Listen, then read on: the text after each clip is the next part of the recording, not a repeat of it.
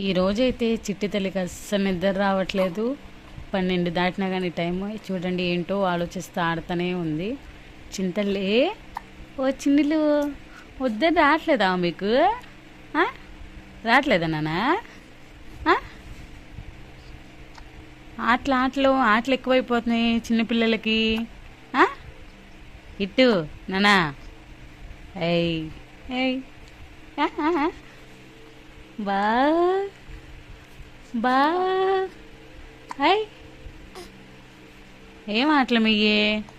చిన్న ఆటలు.